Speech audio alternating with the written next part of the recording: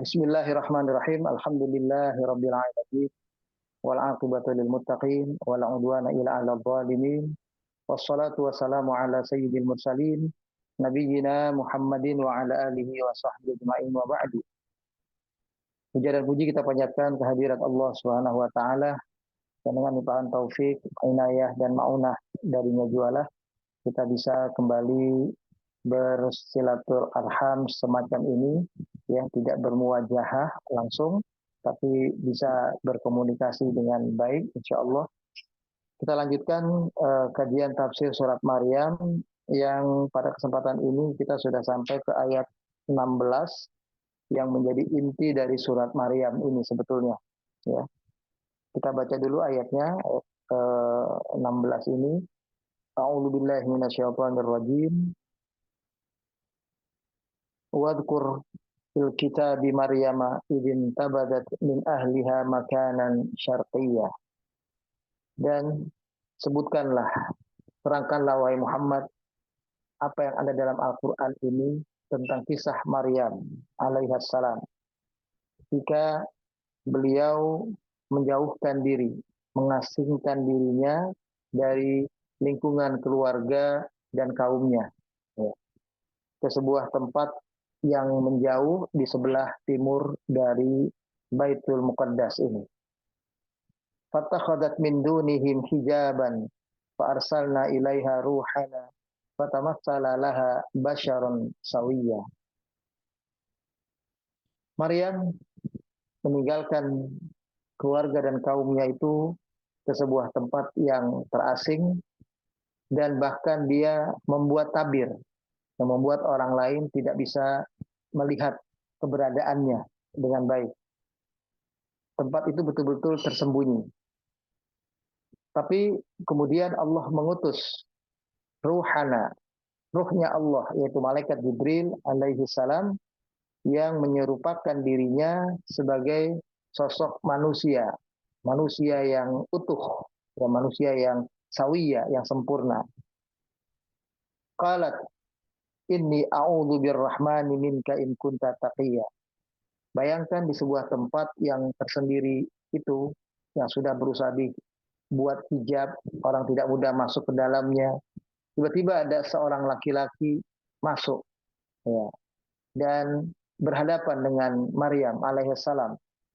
Maka Maryam tentu saja penuh dengan ketakutan dan keheranan, maka dia hanya bermohon kepada Allah dengan mengatakan, Inni a'udzu birrahman, sesungguhnya aku berlindung kepada Allah yang Maha Pengasih daripada engkau, in kunta taqiyya, jika engkau adalah orang yang baik-baik, orang yang soleh. Jadi perlindungannya ini menarik.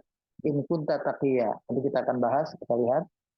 Qala, kemudian malaikat Jibril yang diutus oleh Allah sebagai manusia itu mengatakan, Innama ana rasulu rabbiki.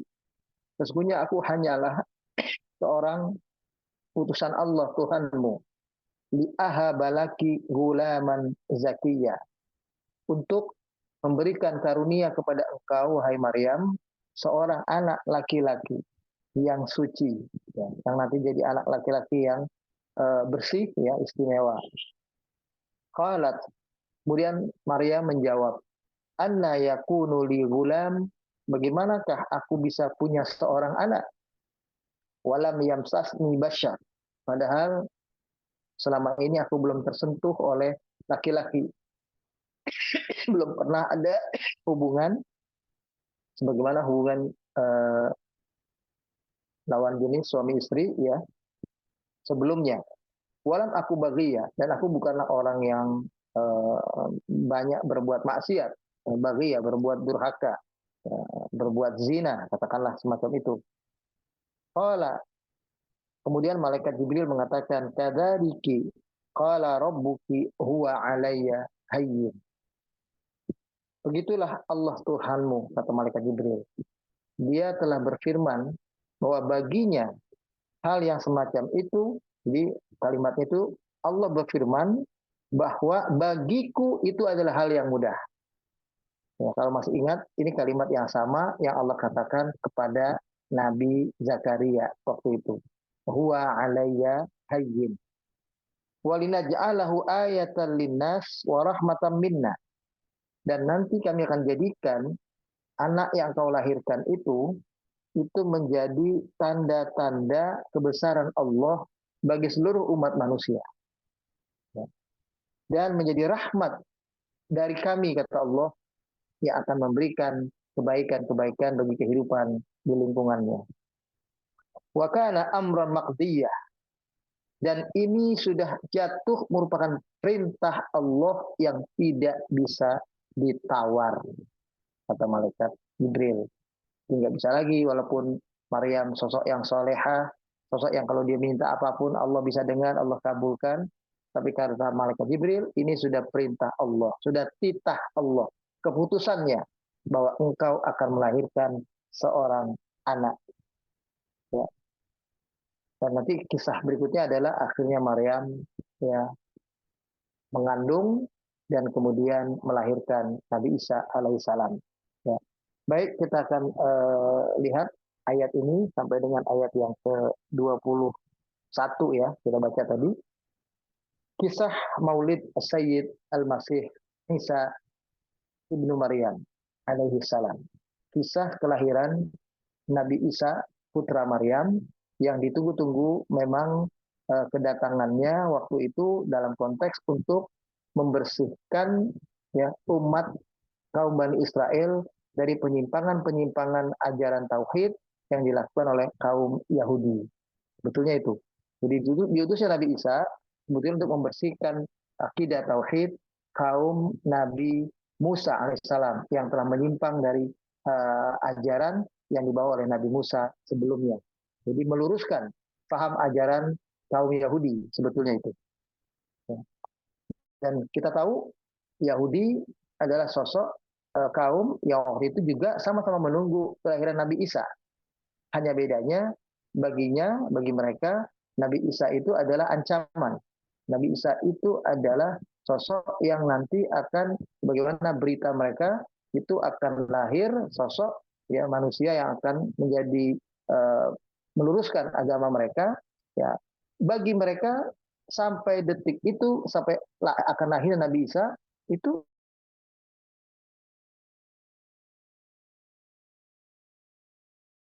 akan timbul nanti, ini pasti ajaran yang salah. Makanya setelah Nabi Isa kemudian hidup, besar, dewasa, mengajarkan paham-paham ajaran agamanya, ini tambah lagi sebagai ancaman serius bagi kaum Yahudi. Maka kaum Yahudi itu berusaha membunuh Nabi Isa alaihissalam. Jadi perbedaannya, kalau kaum Nasrani menunggu kelahirannya untuk menjadi penyelamat ajaran tauhid yang dibawa oleh Nabi Ibrahim sebelumnya. Jadi kaum Nasrani ini awalnya kaum Nasrani yang lurusin, menunggu kedatangan Nabi Isa itu untuk meluruskan agama Islam. Ya. Kemudian kaum Yahudi adalah kaum yang justru hendak mencari Nabi Isa untuk dibunuh karena Nabi Isa adalah dianggap sosok yang akan bikin ajaran-ajaran baru, padahal ajaran yang sudah ada dari nenek moyang mereka selama ini, ajaran kitab Taurat yang ada, bagi mereka sudah ajaran yang benar, ajaran yang murni. Ya, walaupun mereka tidak sadari, mereka sudah dibodohi oleh pendeta-pendeta rahib-rahib Yahudi yang telah menyimpangkan ajaran akidah Islam tauhid mereka, ya, yang akhirnya mereka menjadi orang-orang Yahudi. Ya, asalnya sebetulnya Yahudi dan Nasrani sama muaranya, yaitu faham ajaran Islam. Karena Nabi Ibrahim bukan Yahudi, bukan Nasrani. Allah katakan ya, dalam surat Ali Imran ayat 69, maka Ibrahimu Yahudiyan wala Nasraniyan, walakin kana hanifan muslima. Bahwa Nabi Ibrahim alaihissalam itu beliau bukan Yahudi, beliau bukan Nasrani. Bagaimana sangkaan orang Yahudi bahwa nenek moyang kami Nabi Ibrahim itu Yahudi. Bagaimana sangkaan orang Nasrani yang mengatakan nenek moyang kami Nabi Ibrahim itu adalah Nasrani. Nah, itu begitu. Maka Allah katakan Nabi Ibrahim bukan Yahudi, bukan Nasrani, tapi beliau adalah hanifan muslima, sosok seorang muslim sejati yang hidupnya berserah diri penuh kepada ketetapan Allah. Ketetapan Allah itu adalah mengikuti ajarannya. Ajarannya itu adalah kebenaran yang dibawa oleh para rasul-rasul utusan Allah yang ikuti secara benar tanpa dicampur adukan dengan ajaran-ajaran yang sesuai dengan keinginan hawa nafsu sekelompok atau segelintir orang atau orang-orang yang kaya, orang-orang yang besar di kalangan suatu kaum. Nah, ajaran Yahudi dan Nasrani ini adalah ajaran yang sudah bercampur dengan keinginan hawa nafsu orang-orang yang besar, orang-orang yang menjadi pemimpin di kalangan kaum Bani Israel pada zaman itu, ya, pada zaman Nabi Musa dan pada zaman Nabi Isa alaihi wassalam. Jadi di sini Allah terangkan, sesudah Allah mengkisahkan kisah tentang kelahiran Nabi Yahya alaihi salam, ya, di mana Nabi Zakaria akhirnya Allah karuniai seorang anak, ya. Padahal ketika itu boleh dikatakan juga hal yang mustahil Nabi Zakaria bisa punya anak. Ya. Dan ketika mengisahkan kisah Nabi Zakaria, diawali juga dengan kalimat ayat surat Maryam ini dengan al-huruf al-muqatta'ah. Satu susunan kata, ya, yang sudah kita pahami, di mana kalau ada satu surat diawali dengan huruf muqatta'ah seperti alif lam mim, alif lam ra, ya, kemudian kaf ha ya ain shad ini, maka ada hal-hal yang sangat penting yang ingin Allah beritahu kepada kita umatnya, kepada kita hamba-hambanya ini. Jadi kisah di surat Maryam ini adalah kisah Nabi Zakaria dan kemudian kisah Maryam, ya, alaihi wassalam. Dan kemudian di surat Ali Imran juga begitu. Allah kisahkan tentang kudrah dan iradahnya di awalnya dikatakan huwallazi yusawwirukum fil arhami kaifa yasha.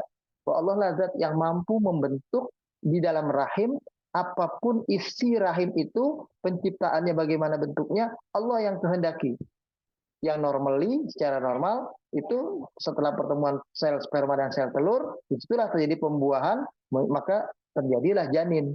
Tapi bisa terjadi, ya, di mana hal yang istimewa tanpa ada pembuahan, ya, tetap ada proses kelahiran, ada janin di dalam rahim. Makanya tentang kelahiran seorang manusia seperti Nabi Isa alaihissalam tetap Allah takdirkan melalui rahim. Tidak muncul tiba-tiba begitu saja, walaupun bagi Allah juga mudah. Tapi Allah lahirkan tetap melalui rahim, melalui proses kelahiran normal.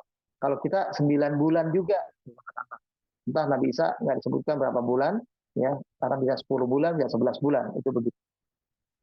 Padahal waktu itu Nabi Zakaria kita katakan mustahil karena beliau dalam kondisi usia yang sudah sangat tua renta. Tulangnya sudah lemah, rambutnya sudah beruban, ya. Boleh dibilang sudah sangat tua, di atas usia 90-an tahun. Itu dikisahkan demikian. Tapi dengan kudrah dan iradah Allah, ya, ini jadi pembelajaran yang sangat berharga buat kita, bahwa ada sesuatu yang ketika Allah berkehendak, ya, maka apapun semua itu bisa terjadi meskipun hal itu bertentangan dengan aturan-aturan kebiasaan pada umumnya. Termasuk sistem yang sudah Allah buat sendiri, sunatullah kauniyahnya. Ya. Sunatullah kauniyah itu adalah kelahiran seorang anak itu dari seorang bapak yang masih kuat, masih sehat, masih segar bugar, dan dari seorang istri yang juga masih sehat, segar bugar, dan istri yang normal. Pada waktu itu Nabi Zakaria sudah divonis istrinya adalah dalam keadaan mandul. Ya.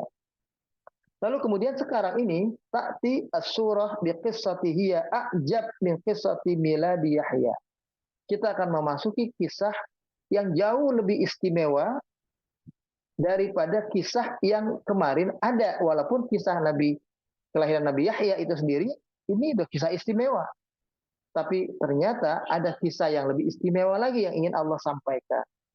Rupanya, ya, nanti kenapa kisah Nabi Isa sedemikian rupa Allah terangkan, ya. Dalam kisah Nabi Isa alaihissalam ini nanti akan lahir seorang anak manusia yang akan menjadi sosok nabi yang juga sangat istimewa. Bahkan melebihi Nabi Zakaria, Nabi Yahya. Dialah seorang nabi di antara nabi-nabi yang Allah sebut sebagai nabi yang bergelar ulul azmi. Ya, seperti Nabi Nuh alaihissalam, kemudian Nabi Ibrahim alaihissalam, kemudian Nabi Musa alaihissalam, Nabi Isa alaihissalam, dan Nabi kita Muhammad Sallallahu Alaihi Wasallam. Inilah akan lahir sosok Nabi besar, yaitu Nabi Isa alaihissalam. Ya, maka kisahnya seolah-olah melalui tadarruj, bertahap, ada stepnya. Di step awal Allah kisahkan hal yang dianggap oleh orang mustahil, ya, kisah Nabi Zakaria, ya, ketika dalam usia yang sangat lanjut dan istri yang sudah mandul, bisa akhirnya beliau punya putra, seorang nabi, yaitu Nabi Yahya alaihissalam. Dan ini untuk memudahkan kita bisa lebih yakin.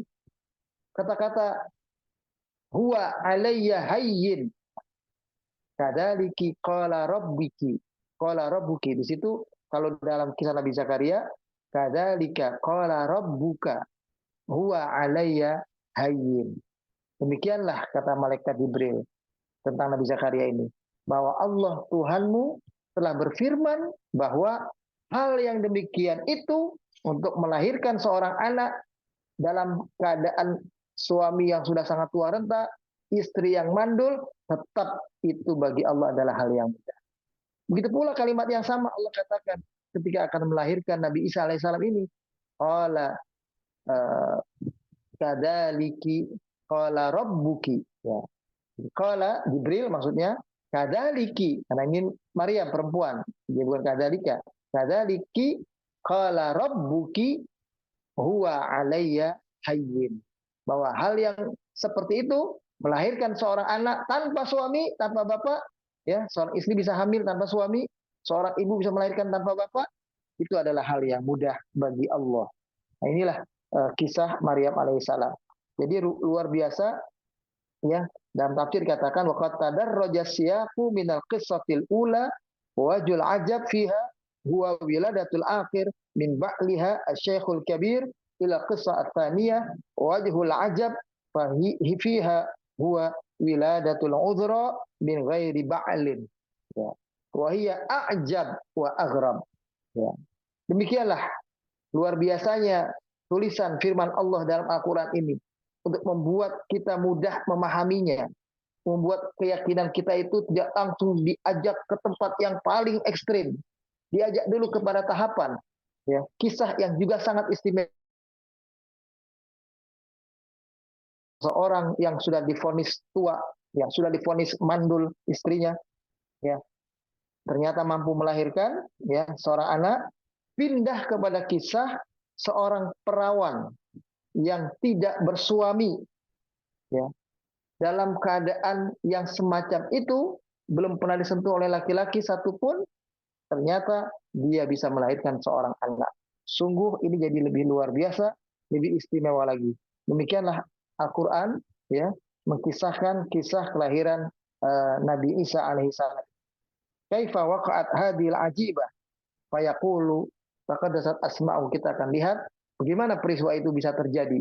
Nah, dalam ayat-ayat yang kita baca tadi dari ayat 16 sampai dengan ayat 21 tadi yang sudah kita baca. Tilka hiya bidayatu qissati Maryam al-Udhra. Ini sebetulnya kisah permulaan dari kisah Maryam, sosok perawan. Ya, dia perawan ini masih sebutnya Udhra. Udhra itu perawan. Ya, al-Udhra itu perawan. Fi wiladatiha li Isa alaihi salam. Dalam kelahiran, dalam dirinya melahirkan Nabi Isa alaihi salam nantinya. Sayyid Anbiya Bani Israel, yang akan menjadi pemimpin para nabi di kalangan Bani Israel. Jadi, Nabi Isa itu adalah pemimpin para nabi, tapi nabi di kalangan Bani Israel. Waqad nabbaha tabaraka wa ta'ala fi hadhihi al-qissah, ya, ala qudratihi wa 'azamatihi wa 'azamati sultani. Disinilah Allah Subhanahu wa taala mengkisahkan kisah, ya, Maryam alaihissalam dengan kekuasaan dan kehendaknya, bahwa sosok Nabi Isa ini bagi pandangan Allah adalah hal yang tidak mustahil bisa terjadi. Wa annahu ala fi'li ma yasha qadir. Bahwa Allah Subhanahu wa taala atas apapun yang Ia kehendaki, maka apapun yang Dia kehendaki bisa terjadi. Ya. Orang yang sakit menahun dengan kehendak Allah bisa sembuh. Orang yang mustahil punya anak dengan kehendak Allah bisa punya anak. Orang yang menurut orang sangat mustahil seperti Nabi Isa alaihissalam, lahir tanpa suami, seorang perawan Nabi Maryam ini, ternyata Allah wujudkan itu bisa terjadi. Nah, itu demikian.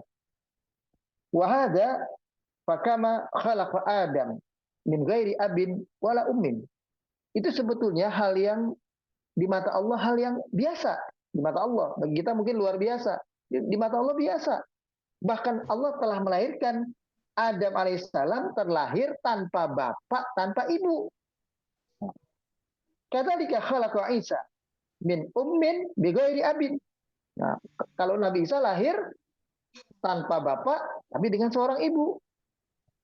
Walihada ya, masala tabaraka wa ta'ala bihi fi qaulihi subhanahu wa ta'ala inna mathala Isa indallahi kamathali Adam. Makanya Allah berfirman dalam Al-Qur'an pada surat Ali Imran ayat ke-59 dengan firman-Nya inna mathala Isa indallahi kamathali Adam. Sesungguhnya kelahiran Nabi Isa, penciptaan Nabi Isa alaihissalam ini di sisi Allah itu persis seperti kelahiran Nabi Adam alaihissalam.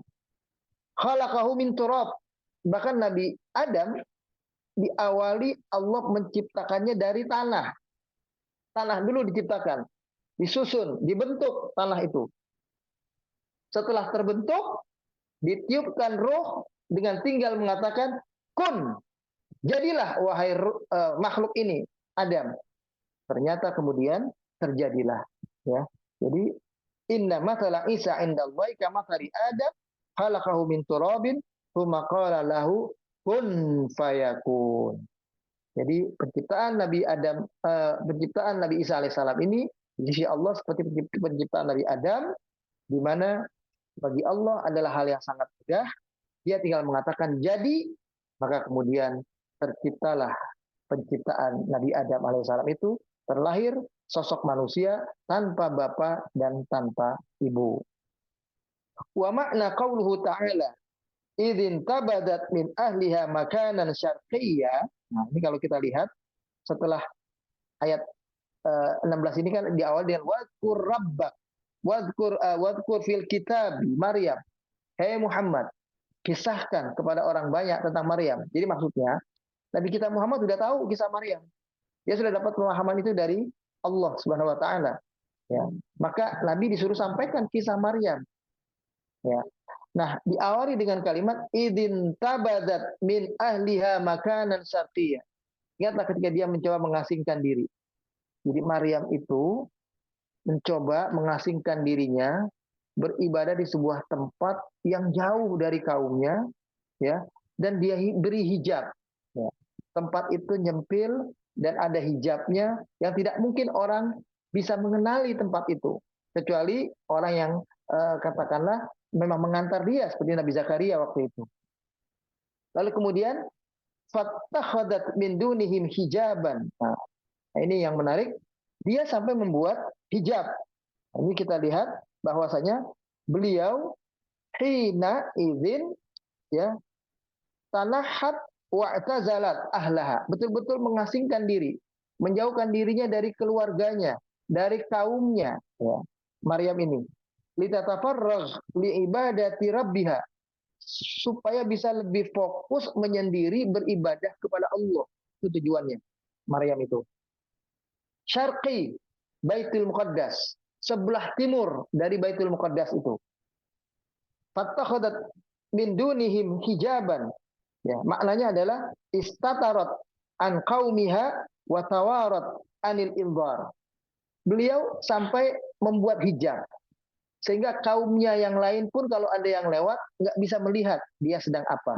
Karena dia sedang ngaji, gitu, sedang ibadah, sedang berzikir, sedang mendekatkan dirinya kepada Allah. Dia ingin dekat kepada Allah secara spesial, secara khusus. Rupanya ketakwaannya yang semacam ini, kesalehannya dalam beribadah yang ingin menyendiri seperti ini, itulah yang membuat Allah memilih dia untuk nantinya akan menjadi ibu dari Nabi Isa alaihissalam.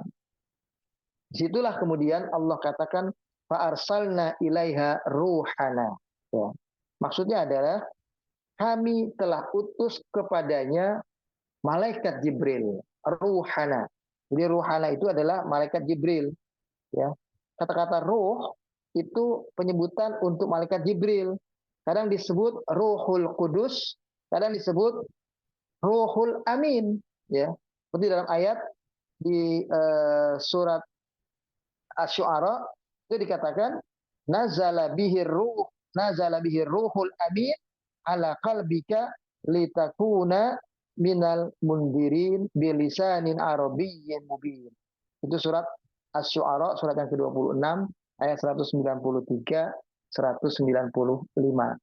193 sampai 195. Sedangkan penyebutan Roh Kudus dalam firman Allah ya di ayat yang lainnya itu di surat An-Nahl surat yang ke-16 ayat 102 Allah mengatakan qul nazzalahu ruhul qudus mir rabbika bil haq. Demikianlah telah didatangkan Roh Kudus. Maksudnya ada malaikat Jibril. Itulah jadi malaikat kalau disebut roh dalam Al-Qur'an ini ada kata-kata Ruhul Kudus, ada Ruhul Amin, itu maksudnya adalah malaikat Jibril. Nah, dalam hal ini juga fa'arsalna ilaiha ruhana. Kami telah utus rasul kami, ruh kami, yaitu malaikat Jibril. Nah, waktu itu ya disebutkan lebih lanjut dengan sifatnya. Udifa ilallahi tasrifan lahu wa takriman. Wa mimma yadullu ala annahu Jibril qauluhu subhanahu nazzala bihir ruhul amin. Itu di ayat yang lain disebutkan kata-kata ruhul amin supaya kita tahu yang dimaksud dengan ruh itu adalah malaikat Jibril. Jadi bukan laki-laki asing yang datang ingin mengajak Maryam berbuat maksiat, bukan. Ini adalah sosok yang istimewa yang datang saat itu. Ya. Kalimat berikutnya fatamassalaha basyaran sawiya. Sosok yang datang itu, malaikat Jibril itu menyerupai ya bagi Maryam dalam pandangan dia kelihatan sebagai manusia. Manusia yang sempurna, betul-betul kayak sosok manusia, laki-laki. Tapi yang namanya malaikat Jibril itu kalau nampak itu tampaknya bersih, ya tampan, ya seperti laki-laki yang sangat luar biasa lah, istimewa. Disinilah surah Insan Tam Al-Khalqah, penampakan sosok penciptaan manusia yang sangat sempurna. Hidungnya mancungnya sempurna, gitu, matanya tajam sempurna, perwajahannya juga sempurna, sebagai sosok manusia yang sempurna. Itu disebutnya makanya basyaran sawiya. Ya. Wa huna sya'arat bil faz' wal idtirab.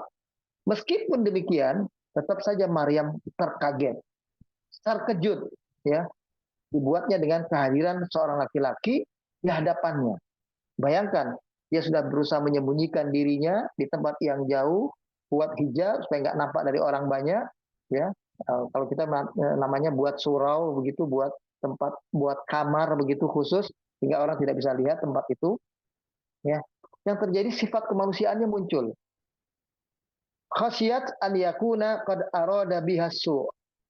Tentu saja Maryam khawatir bahwa laki-laki itu meskipun dia tampan, ganteng, ya seperti itu datang akan berbuat jahat kepadanya. Itu yang dia khawatirkan. Wahia fi hadzal makan ba'idah an ahliha. Dan dia saat itu kan jauh dari keluarganya. Kalaupun dia teriak nggak bisa minta tolong.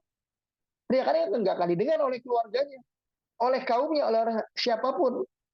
Jadi nggak ada gunanya dia berteriak kalau dia akan dijahati oleh sosok laki-laki itu. Wala tamlikul quwwah allati tudafi'u biha an nafsiha.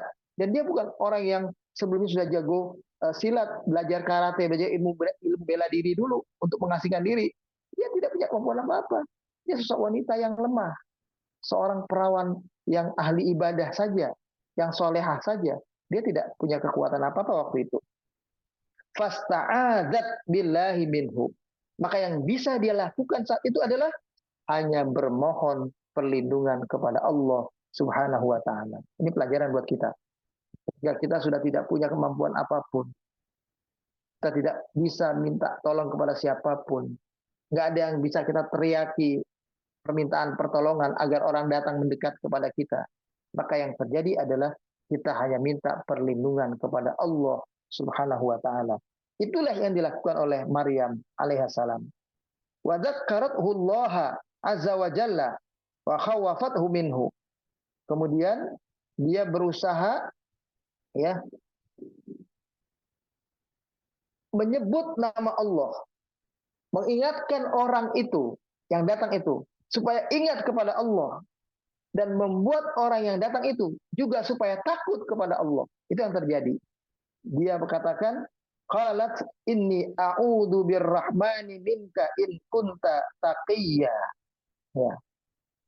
Di situ Maryam seolah-olah mengatakan begini, ahtami wa altaji ila rahmani minka in kunta takhafullah. Ya. Wa jawabu syart mahdhufun taqdiruhu in kunta taqiyan fala tuqarribni wala tamsasni bisu. Jadi maksudnya begini. Ya. Maryam waktu itu hanya bisa mengatakan, aku hanya bisa berlindung, hanya bisa bermohon, hanya bisa minta pertolongan itu kepada Engkau ya Allah. Aku mohon perlindunganmu ya Allah, ya. Dan dia katakan, ya, aku berlindung kepada Zat yang Maha Rahman daripada dirimu, minka, ya. In kunta taqiyya, jika engkau adalah orang yang baik. Ini pelajaran ini, menarik, ya. Mungkin kita akan sedikit heran dengan kalimat ini. Kenapa Maryam berbahasa begitu? Aku berlindung kepada Allah Tuhanku, ya, daripada dirimu jika engkau adalah orang yang baik, orang yang takwa kepada Allah. Bahasanya begitu. Mestinya kan biasanya orang kalau minta tolong kepada Allah atau minta pertolongan, ada orang yang mendekat akan berbuat jahat kepadanya, itu sudah menganggap orang ini orang jahat. Pasti akan mengatakan, aku berlindung pada Allah dari kejahatanmu, dari dirimu yang mungkin berniat jahat. Aku berlindung kepada Allah Tuhanku daripada niatmu yang akan berbuat jahat kepadaku. Mungkin begitu. Maryam tidak berbahasa begitu. Ini menarik ini.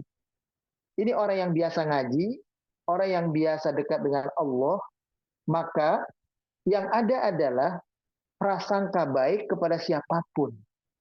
Termasuk orang yang mungkin akan berbuat jahat pada dirinya, dia katakan dengan bahasa yang begitu. In kunta taqiyya. Itu untuk menunjukkan bahwa orang ini walaupun tadinya mungkin bermaksud jahat, tapi engkau kan punya kebaikan. Maka kalau engkau orang yang baik, orang yang takut kepada Allah, pasti engkau tidak akan jahat-jahat kepadaku. Nah, itu begitu maksudnya kalimatnya. Dia tidak langsung mengatakan, aku berlindung kepada Allah Tuhanku, jika engkau akan berbuat jahat kepadaku. Nggak langsung begitu. Karena bisa jadi orang ini memang tidak bermaksud jahat. Dan ternyata memang yang Allah itu utus atau yang muncul itu adalah utusan Allah, yaitu malaikat Jibril yang bermaksud sangat baik kepada Maryam alaihissalam.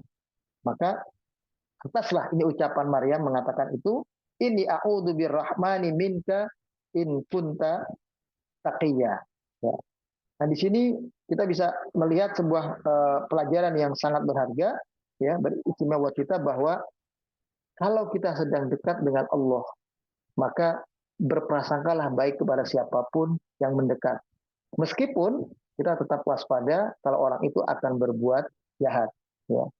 Tapi tidak lantas langsung menuduh orang itu akan berbuat jahat. Engkau akan menjahatiku, pergilah engkau dari aku. Aku minta tolong kepada Allah Tuhanku. Nah, itu tidak seperti itu yang dilakukan oleh Maryam alaihissalam.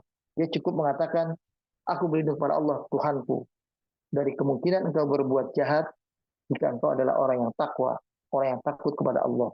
Nah, ini kalau bagi penjahat sekalipun misalnya, itu bisa membuat dia, aku dianggap orang yang takwa, orang yang dekat kepada Allah, itu bisa meluluhkan hatinya mungkin. Akhirnya tidak jadi berbuat jahat. Nah, padahal yang datang ini adalah sosok malaikat Jibril alaihissalam. Nah, di sini saat itu dalam tafsir dikatakan begini. Innahu la yakhtur 'alal bal fi dzalikal mauqif al-haraj illa anna hadha syab yuridu minha ma yuriduhu ar-rajul minal mar'ah. Maryam sebetulnya nggak takut, ya, laki-laki itu datang muncul begitu saja. Dia tidak takut awalnya. Biasa saja mungkin ada orang akhirnya tahu tempat tinggal dia, tahu tempat dia ibadah. Tapi yang dia takutkan, yang dia khawatirkan adalah laki-laki itu akan melakukan sesuatu sebagaimana laki-laki kalau berhadapan dengan seorang wanita di tempat yang sepi, tempat yang tidak ada siapapun, maka ini bisa menjadi sebab apa namanya laki-laki ini akan memerkosa atau menzinahi ya wanita tersebut. Ya. Jadi itu yang dikhawatirkan oleh itu. Kenapa? Karena Maryam fi dzalikal makan al-khali. Beliau di sebuah tempat yang sangat sepi, nggak ada siapapun, nggak ada manusia satupun. Fama wahia fatatun muzra. Dia adalah seorang wanita yang perawan, ya, wanita perawan waktu itu. Tayyibah bariah, yang cantik, ya, sempurna juga. Dia wanita perempuan yang berpenampilan istimewa juga, bariah. Ini istimewa dia. Qad tarabbat fi hujril fadilah, dan dia sedang mengasing di sebuah tempat yang istimewa itu, ya. Fama tajidu laha tariqan litakhallus. Dalam situasi seperti itu, secara kemanusiaan tidak mungkin dia bisa selamat kalau ada orang yang akan berbuat jahat kepadanya. Karena dia berteriak pun tidak akan ada gunanya. Ya. Illa al-luju ilar rahman. Kecuali dia mendekatkan dirinya, bergantung, bertumpuan harapannya kepada Allah Subhanahu wa taala. Jadi disinilah tumpuan harapan, tempat bergantung itu hanya kepada Allah. Pembelajarannya adalah dalam situasi yang semacam ini. Itu yang terjadi. Jadi Maryam alaihissalam hanya bisa mengatakan, ya, inni a'udzu birrahmani minka in kunta taqiyya. Aku berlindung kepada Allah Tuhanku yang Maha Rahman, yang Maha Pengasih Pemurah, ya, dari engkau jika engkau adalah orang yang bertakwa, orang yang baik, orang yang soleh. Itu begitu. Nah, kemudian dengan setelah itu ternyata betul itu adalah malaikat Jibril. Dia katakan begini kepada Maryam. Qala innama ana rasulu rabbiki. Sesungguhnya aku adalah utusan Allah Tuhanmu. Nah, kata malaikat Jibril, aku ini adalah malaikat utusan Allah Tuhanmu. Li ahabalaki gulaman zakiyah. Kedatanganku ini dengan tujuan akan memberikan engkau seorang anak laki-laki, seorang bayi. Ai di sini gulaman zakiyan maksudnya adalah waladan salihan, laki yang soleh. Tahiran minad danas wa dzunub. Laki-laki yang suci, yang enggak ada dosanya, yang bersih. Nanti juga dia enggak akan menjadi laki-laki berdosa, laki-laki yang jahat. Tidak, dia laki-laki yang bersih, ya sebagaimana laki-laki semua utusan Allah, para nabi, para rasul itu. Yakunu ayatan minal ayatil bahirah. Nanti dia akan menjadi tanda-tanda kebesaran Allah yang nyata, yang istimewa dalam kehidupan ini. Walamma tayaqqanat annahu malak ja'aha bi suratin bashar, ya. Wa anna Allah arsalahu li mahmatin jalilah itma'annat ala nafsiha. Tatkala dia tahu, Maryam tahu yang datang ini adalah malaikat utusan Allah, ya, maka mulai tenanglah hatinya. Enggak gelisah lagi, enggak ketakutan lagi. Ya, dia tenang, ya. Tapi wazala anha al-faza' alladzi kana yusawiruha. Yang hilang itu adalah keterkejutannya tadi waktu dia ketemu sosok asing yang ternyata adalah malaikat, itu membuatnya tenang. Tapi kemudian fatakhadat tastafsiru minhu muta'ajjibah kaifa sayatiha ghulam. Mulai terbayang oleh dirinya ketika malaikat Jibril mengatakan akan memberikan kepadanya anak. Terbayang lagi kekhawatiran baru, yaitu bagaimana dia mungkin punya anak. Dia belum pernah disentuh oleh laki-laki. Dia belum menikah. Dia baru tunangan. Nah ini tolong dipahami, dalam tafsir banyak disebutkan, beberapa tafsir, kondisinya Maryam ini sudah bertunangan. Sudah khitbah. Tunangannya itu namanya Yusuf. Ya. Bukan Nabi Yusuf, tapi Yusuf. Dan tunangan ini, ya, itu nggak seperti tunangan di zaman modern sekarang. Orang kalau sudah tunangan, sudah sering ketemu, berdua-duaan, sentuhan. Padahal tunangan itu baru akdun lizuaj, baru janji untuk menikah, bukan pernikahan itu sendiri. Ini belum sah suami istri. Nah dulu di zaman Nabi Isa alaihissalam itu ketika ada khitbah, tetap laki-laki dengan keluarganya, perempuan dengan dirinya, keluarganya sendiri. Termasuk Maryam, dia beribadah sendiri. Nah, nggak berarti kalau sudah tunangan boleh jalan bareng-bareng berdua-duaan, tidak. Nah, dulu ini pelajaran juga. Tunangan di zaman dulu itu terjadi demikian rupa. Itu cuma janji untuk akad nikah. Tapi bukan berarti dia sudah bakal jadi jodoh pasti. Yang berarti boleh bebas jalan berdua-duaan kemana. Itu tidak. Apalagi sampai tukar cincin. Nah, itu sebetulnya sudah uh, tunangan modern, istilahnya sekarang, yang jauh dari nilai-nilai syariat itu sendiri sebetulnya. Nah, ini kisah Maria menunjukkan bahwasanya walaupun dia sudah tunangan dengan sosok laki-laki yang namanya Yusuf itu apa namanya, dia tetap berdiri sendiri, tetap menyendiri, bahkan beribadah sendiri, ya tidak tersentuh oleh laki-laki. Maka Maryam menjawab begini, qalat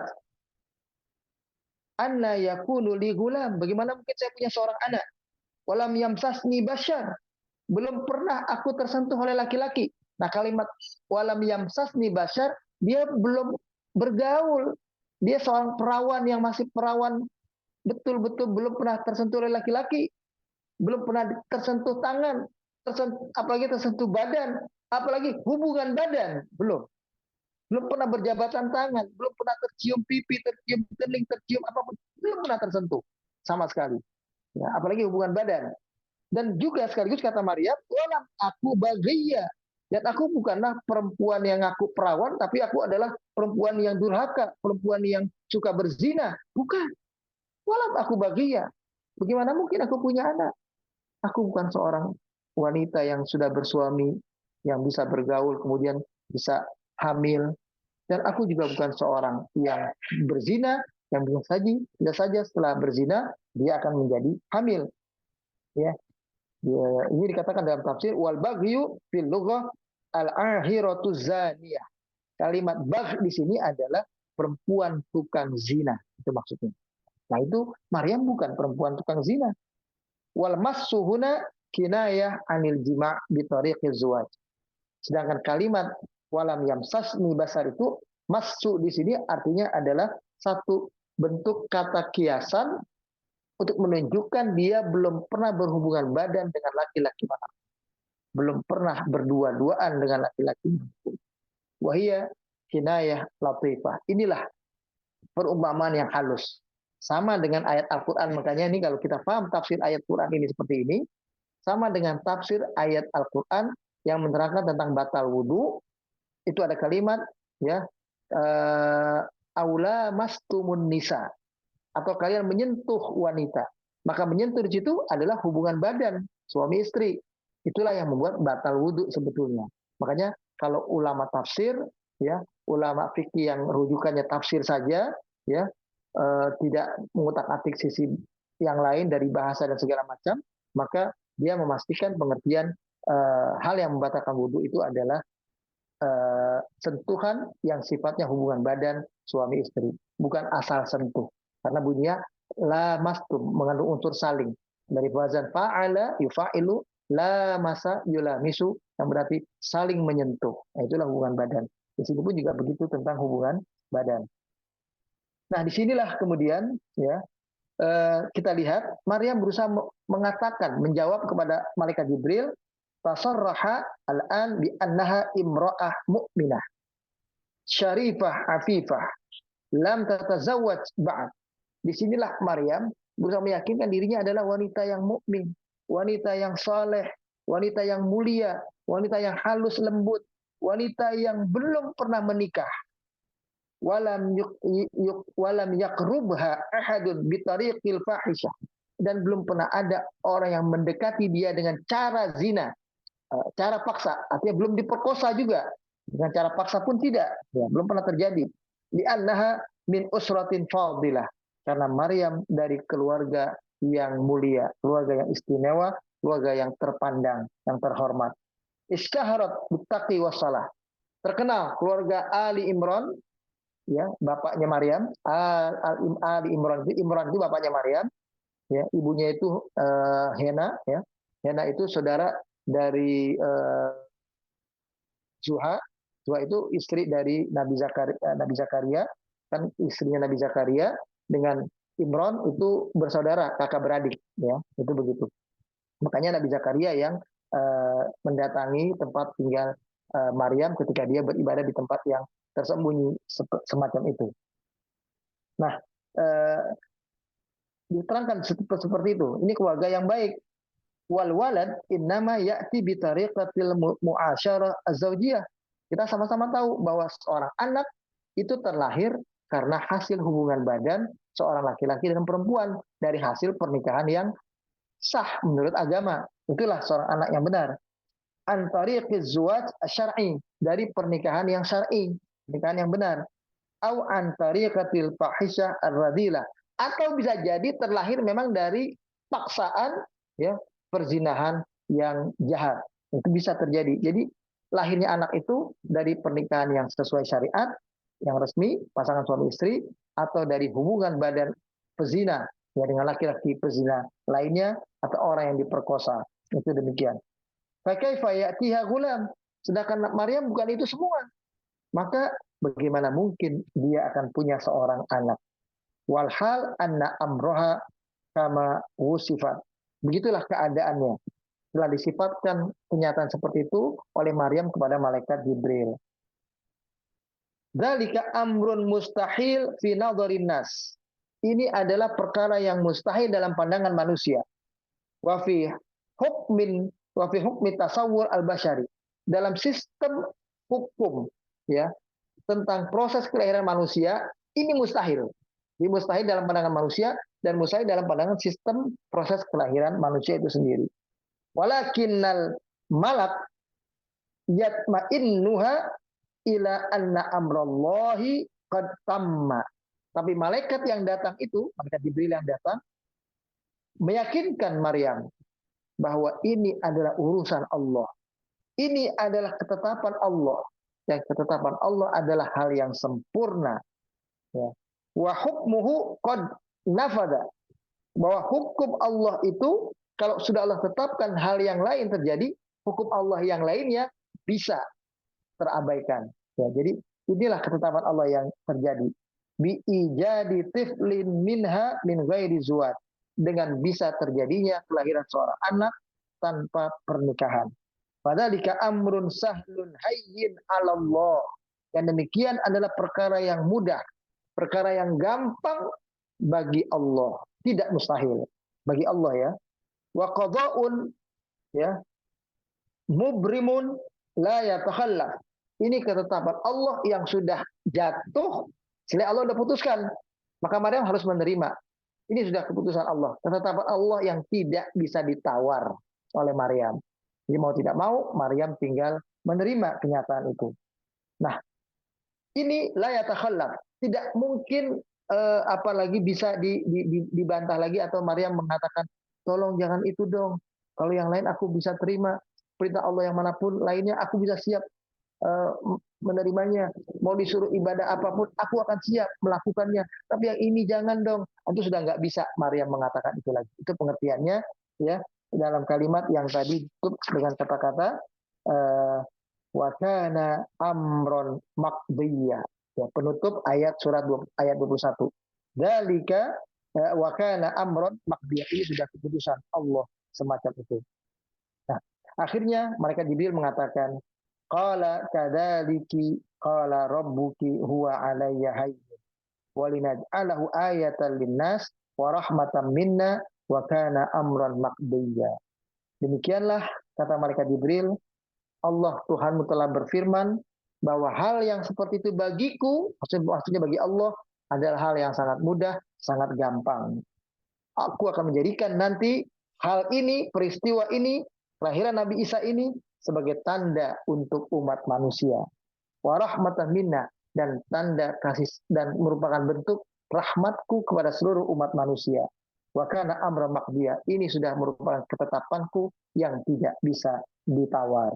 Jadi di sini dalam bahasa yang lain, amrun khalaqahullahu min ghairi abin adalah amrun maqdiyun, ayatun bahirah. Ketetapan Allah yang menetapkan dia akan melahirkan seorang anak tanpa bapak adalah sudah ketetapan Allah yang tidak bisa ditawar. Dia akan lahir tanpa bapak, Nabi Isa nanti, Ini merupakan ayat keistimewaan, tanda kebesaran Allah, tanda yang keistimewaan, ala mahwadhiha, tanda yang terang dan jelas, ala qudratillahil ajibah fil khalqi wat taqwim, tentang penciptaan Allah yang tidak terbatas itu. Bahwa Allah kalau sudah berkehendak, apapun bisa terjadi. Kalau sudah dia menentukan, apapun bisa terrealisasi. Nah, itu yang kita harus yakini. Inilah keimanan. Kita diajak beriman, mengimani sesuatu, kalau bersama dengan Allah, maka tidak ada yang mustahil. Bayangkan, ya, istilahnya dulu Fir'aun, ya, dengan Nabi Musa alaihissalam. Ya. Musa alaihissalam lam yughrik an-nahru. Sungai Nil tidak bisa menenggelamkan Nabi Musa alaihissalam. Wa huwa fi qimmati dha'fihi. Padahal waktu itu Nabi Musa alaihissalam dalam kondisinya yang paling lemah. Manusia yang paling lemah kan adalah seorang bayi. Ya. Saking lemahnya, ya, mustahil kalau dia bisa selamat kalau dialirkan dalam sungai. Tapi ternyata dengan kehendak Allah dia bisa selamat. Bainama Fir'aun al-Malik, tapi Fir'aun yang raja itu ternyata ughriqa. Allah takdirkan dia tenggelam. Ya. Fahina idin, padahal pada saat itu Fir'aun dalam keadaan fi qimmati jabarut, dalam keadaan kuatnya yang lagi kuat-kuatnya, punya pengikut yang banyak, punya pasukan, punya kekuasaan, punya kekayaan. Kekayaannya melimpah itu, banyak emas, banyak semuanya yang dia miliki. Tapi ternyata Allah bisa tenggelamkan. Nah, kun ma'allah, teruslah kita hidup yakin bersama dengan Allah. Wa man kana ma'allah, siapa yang terus bersama Allah, ya, falan tadurrahu da'fuhu, maka kelemahan dirinya tidak akan memberikan bahaya kepada dirinya, tidak akan menjadi mudarat bagi dirinya, seperti Nabi Musa alaihissalam. Sebaliknya, wa man lam yakun ma'allah, siapa yang tidak bersama dengan Allah, ya, falan tanfa'ahu quwwatuh, maka kekuatannya sekalipun tidak akan berdampak memberikan manfaat bagi dirinya, nggak bisa menolong dia. Fir'aun kita lihat akhirnya tenggelam walaupun dia dalam kondisi yang sedang kuat seperti itu. Inilah pembelajaran tentang kisah kelahiran Nabi Isa alaihissalam. Ini baru pembukaannya para jamaah, mukaddimahnya. Istilahnya pengantar untuk meyakinkan kita tentang keimanannya. Nanti proses kelahirannya pada episode berikutnya insya Allah. Ayat berikutnya kita akan bahas insya Allah tentang proses kelahiran Nabi Isa. Bagaimana Maryam ketika hamil, bagaimana akhirnya melahirkan, apa yang terjadi setelah dia lahir, ya, dan seterusnya, insya Allah pembahasannya pada kesempatan yang akan datang. Jadi para jemaah sekalian, ya, kita batasi ayat ini, pembahasan ayat 16 sampai dengan ayat 21.